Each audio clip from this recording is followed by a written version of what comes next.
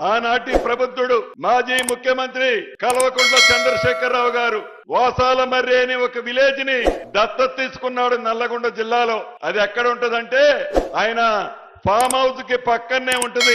Farm house కి వచ్చేటప్పుడు పోయేటప్పుడు రోడ్డు ఇరుగ్గా ఉందని ఆ రోడ్లు వెడల్పు చేయడానికి మీ ఊరు దత్తత తీసుకుంటున్నానని చెప్పాడు.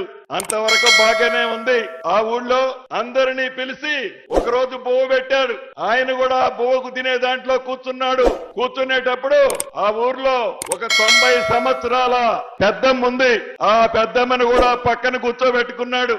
అవ్వా నీకేం కావాలా అంది. నువ్వు ఏమి ఇవ్వగలుగుతావయ్యా అన్నాడు. నువ్వు ఏది అడిగితే అది ఇస్తాను పోయి అన్నాడు అతను. ఇల్లు కావాలయ్యా, మీరు రోడ్డు వైడం చేసేటప్పుడు నాకు ఇల్లు పోయిందని చెప్పింది, కానీ ఇల్లు ఇస్తానని చెప్పి ఒకే కాదు ఆ ఊళ్ళో ఒక్క ఇల్లు కూడా ఇలా ముఖ్యమంత్రిగా దత్తత తీసుకున్న గ్రామం. గౌరవ ముఖ్యమంత్రి గారు ఆ పక్కనే ఒక బహిరంగ సభ పెట్టినప్పుడు అక్కడ కొంతమంది వచ్చి అడిగారు, అయ్యా ఆనాటి ముఖ్యమంత్రి దత్తత తీసుకొని మాకు ఇల్లు ఇస్తానన్నాడు, రోడ్లు వేస్తానన్నాడు, ఒక్క రూపాయి కానీ ఒక్క ఇల్లు కానీ ఇయ్యలేదయ్యా, నువ్వు కూడా అంతే చేస్తావా అని ముఖ్యమంత్రి గారిని ఒక పెద్దయ్య వచ్చి అడిగాడు.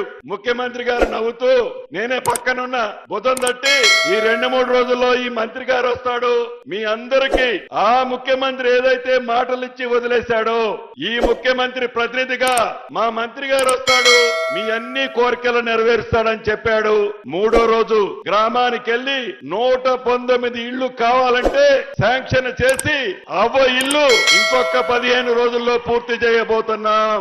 అది ఇందిరమ్మ ప్రభుత్వం అంటే, మాటిస్తే మడమ తిప్పని ప్రభుత్వం అంటే మన రేవంత్ అన్న ప్రభుత్వం.